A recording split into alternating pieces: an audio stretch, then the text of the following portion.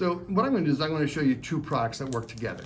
One is the Collect Eject, and the other is the Swab Saver. And these are designed for remote sample collection for genetic studies.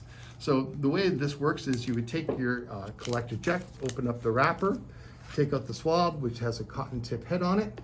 This then would be used to take an oral sample collection on the inside of your cheek.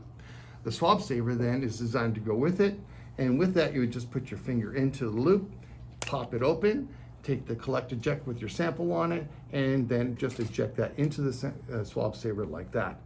Then by closing this desiccated cap like this, that will now preserve that sample and desiccate it totally by the time it gets to the laboratory, preserving the sample for, at this point we know to be 2 to 3 years at least, and next year I'll probably tell you 4.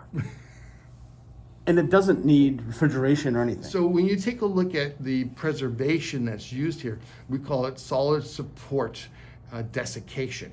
And think of like a PKU when they do a blood onto a piece of filter paper.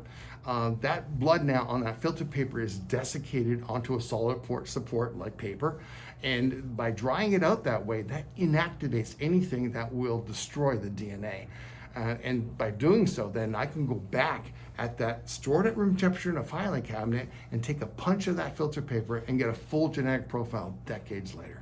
The growth we've had, as you saw by the Inc. 5000, we did a 3,688% growth last year, making us the fastest growing company in Wisconsin last year. We quadrupled in size, so in order to keep up with the demand, we've added another 20 by 12 foot clean room. We're in the process now of adding an additional third clean room with us a 20 foot by 30 foot clean room, which we're putting about $1 million worth of equipment into to automate the manufacturing of these products.